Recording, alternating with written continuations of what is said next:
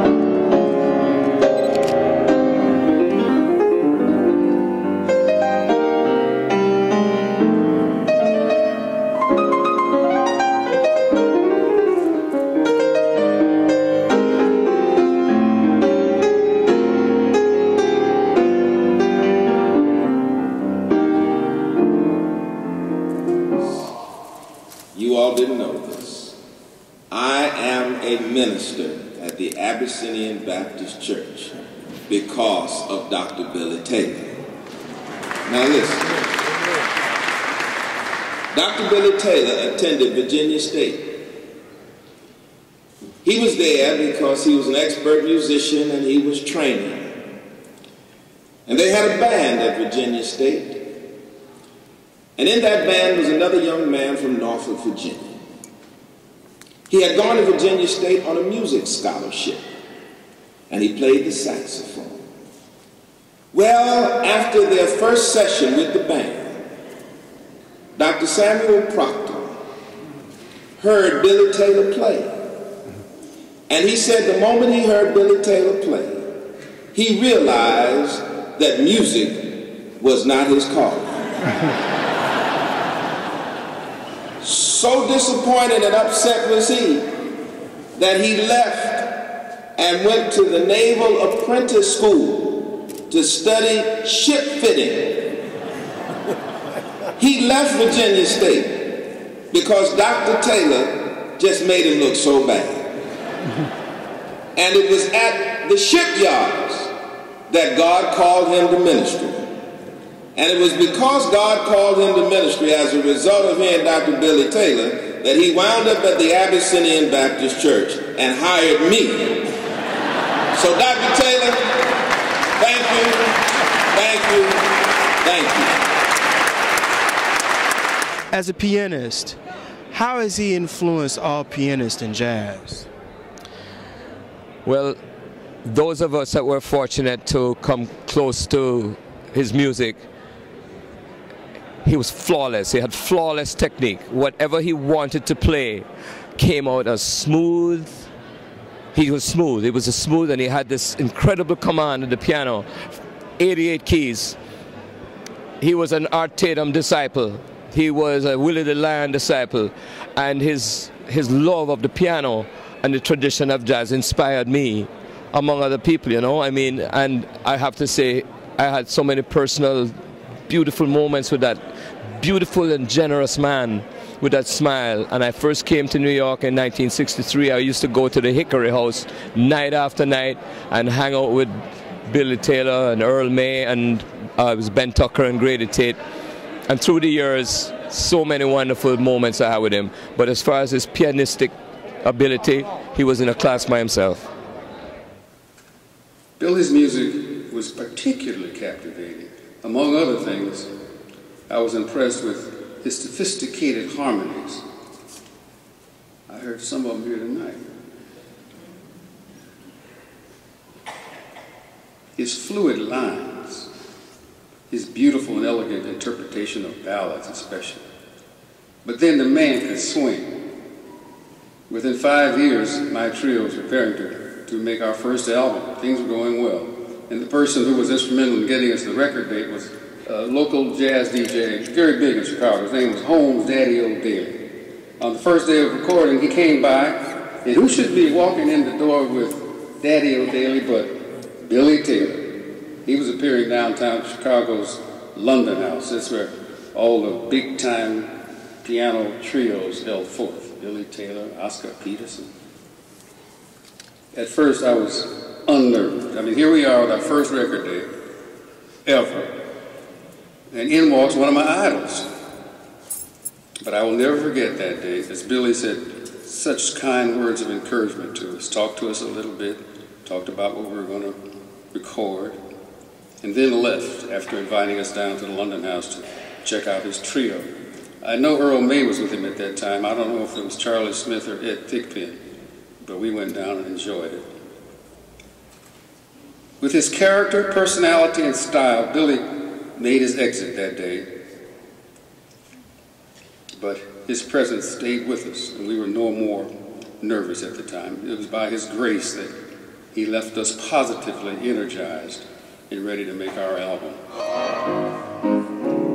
Through the night, lead me on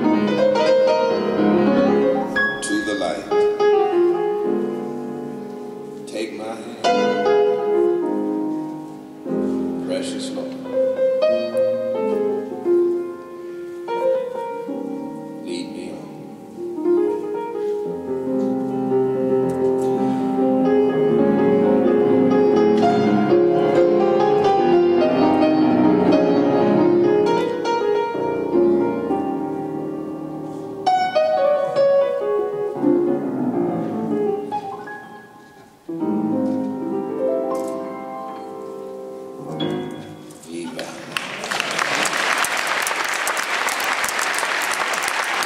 Eldar, tell me the importance of Dr.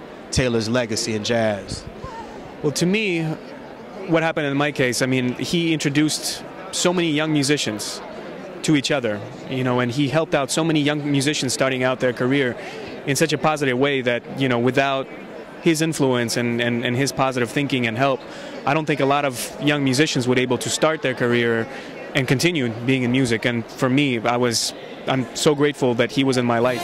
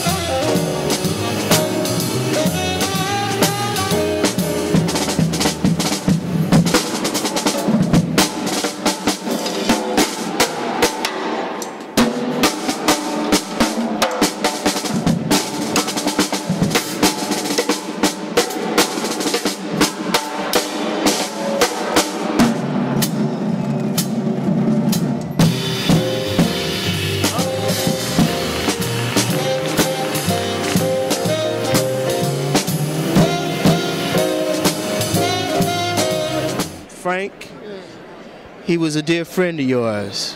What does Dr. Taylor mean to you? Oh, well, he's one of my oldest friends, one of my dearest friends. We went to high school together. We started playing together when we were kids. But for now, I ask you to indulge me as I share my personal remembrances of Billy through a letter. Dear Billy, I remember being introduced to you by your former bassist, Aaron Bell, my dad. But it was you who years later, actually a few days after attending my father's funeral, you told me this story. As we all know, you were a regular at the famed Hickory House nightclub. And whenever Duke Ellington was in town, he would go there to hear you and your trio play. Well, on this particular trip to New York, you told me that Duke came into the club 3 nights in a row. You were particularly elated because you told me that's an unusual occurrence. And at this point in your story, you broke into laughter and concluded with, About a month later, Aaron Bell was the bassist of the Duke Ellington Orchestra. I never got to tell you this, Billy, but I have always believed that the timing of this story was a demonstration of your sensitivity and selflessness and ability to genuinely care for the feelings of another. The jazz community lost a giant. What does it feel like now to carry out his legacy now that he's gone? What's the vision and the next goal of Jazzmobile right now? You know, it's a true gift. I mean, Billy Taylor was a vision, not only in terms of just creating Jazzmobile, but the pioneering programs that he started through Jazzmobile. Back in the 60s, he was the first to create education programming for the non-musician. He was the first to create a Saturday Jazz workshop for these young Turks. Because like you heard earlier this evening, the way they would learn how to play their music, they get their music lessons and they go to the clubs and jam. So building on that legacy, our intention is to introduce additional programming. We're going to expand the education programming that we're doing. That was so important to Billy. We're going to also take a look at the Winterfest program that we started last year. We're going to bring that back because our main focus with doing these additional programs is to give more work for the jazz musicians.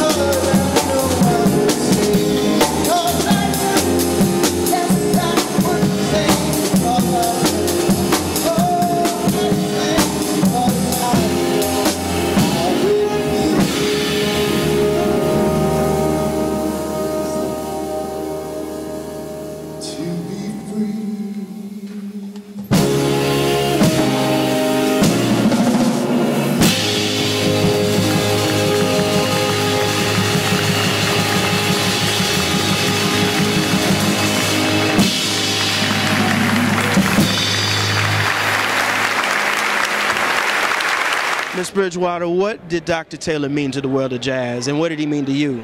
Well, to the world of jazz, I think he meant many things, as you heard by the testimonies. But to me, he was my first employer at Jazzmobile. He told me the importance of dressing and communicating with the audience, and he put together my first trio, which was not him, but Monty Alexander and Paul West, and I can't remember the drummer. But he also turned over his jazz program at the Kennedy Center to me for a jazz set. He's recently made me his the introducer for the Mary Lou Williams Women in Jazz. He's been a wonderful mentor for me. That'll do it again for another edition of the Pace Report. I'm Brian, Pace reporting live here at Riverside Church here in Harlem. I'd like to personally thank the staff of Jazzmobile as well as the staff and the ministers here at Riverside Church. As always, please visit my website, www.thepacereport.com, for my weekly column as well as my past segments. Until next time, remember, if it's in the groove, it'll make you move. Until next time, peace.